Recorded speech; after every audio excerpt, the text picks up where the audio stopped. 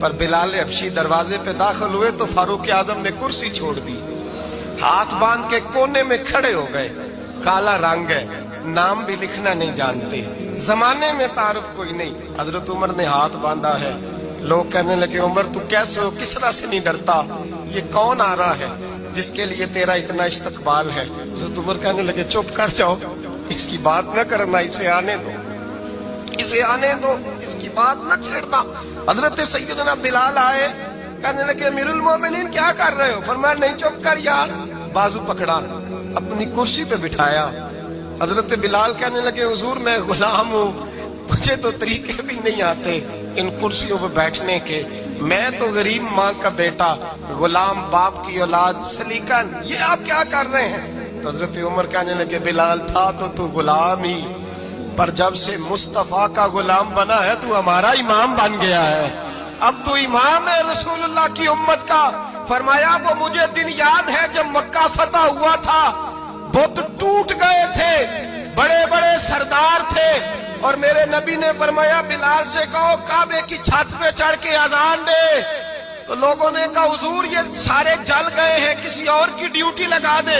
حضور نے فرمایا چپ کرو، بدر میں مار کھا کے اذان پڑے تو بلال، احد میں پتھر برسے اذان پڑے تو بلال، تپتے صحراؤں میں پڑے تو بلال، ہر جگہ مار کھائے تو بلال۔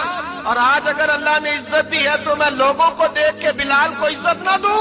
میں بتانا چاہتا ہوں کہ رسول اللہ کی غلامی میں عزت ہے۔ فرمایا کوئی اوپر نہیں چڑھے گا، ابو بکر بھی نیچے، عمر بھی نیچے، عثمان و علی، طلحہ اور زبیر بھی نیچے۔ آج یہ حبشی غلام کعبے کی چھت پہ چڑھے گا اور میں دنیا کو بتاؤں گا کہ اصل عزت اسی کے پاس ہوتی ہے جو رسول اللہ کا غلام ہوا کرتا ہے۔ بھائی یاد رکھیں عزت حضور کی غلامی میں ہے، نہ یہ دیکھو میری برادری کیا کہتی ہے۔ حضرت سلمان فارسی گورنر تھے، کھانا کھا رہے تھے، دسترخوان بچھا تھا، رسول پاک صلی اللہ علیہ وسلم کا فرمان ہے روٹی کا لقمہ دسترخوان پہ گرے اٹھا کے کھا لو، اللہ تمہاری بخشش فرما دے گا۔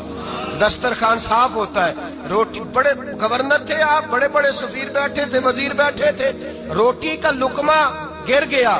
آج تو لوگ فیشن میں عزت ڈھونڈتے ہیں نا، وقار ڈھونڈتے ہیں کہ میں جدید دنیا کے ساتھ مل جاؤں، میں معاذ اللہ لڑکی لڑکے اکٹھے بٹھا کے منگنی کروں تو میں ماڈرن شمار ہو جاؤں گا، میں بڑے بڑے ڈھول بجاؤں تو ماڈرن بنوں گا، میں اگر مہندی پہ سارے تماشے کر ڈالوں تو میں ماڈرن ہوں۔ دیکھو عزت کس بات میں۔ حضرت سلمان فارسی روٹی کھا رہے تھے، سفیر، وزیر، نہ جانے بڑے بڑے لوگ بیٹھے تھے، کھانا کھاتے کھاتے لقمہ گرا دسترخوان پہ، حضرت سلمان فارسی نے سمیٹا، منہ میں رکھا، پھر انگلی مار کے دسترخوان صاف کیا۔ ایک صحابی کان میں کہنے لگے سلمان کیا کر رہے ہو؟ کیا کر، آپ گورنر ہے، سوچئے تو صحیح، یہ لوگ کیا کہیں گے دنیا دار کے مسلمانوں کو روٹی نہیں ملتی، اٹھا اٹھا کے کھا رہے۔ کان میں بات کی، کان میں۔ حضرت سلمان فارسی کان میں جواب دے سکتے تھے، کہہ سکتے تھے نہیں ایسے ہی کرنا ہے، انہوں نے کان میں بات کی، لیکن جناب سلمان فارسی اعلیٰ الاعلان بولے، کہنے لگے ان 4 5 6 دنیا داروں کے لیے میں اپنے نبی کا طریقہ چھوڑ دوں، اپنے رسول کی سنت چھوڑ دوں؟ یہ 4 5 دنیا دار دنیا کی طرف دیکھ کے میں مصطفیٰ سے منہ موڑ لوں؟ پھر جوش جذبات میں سر سے پگڑی اتار دی، رونے لگے۔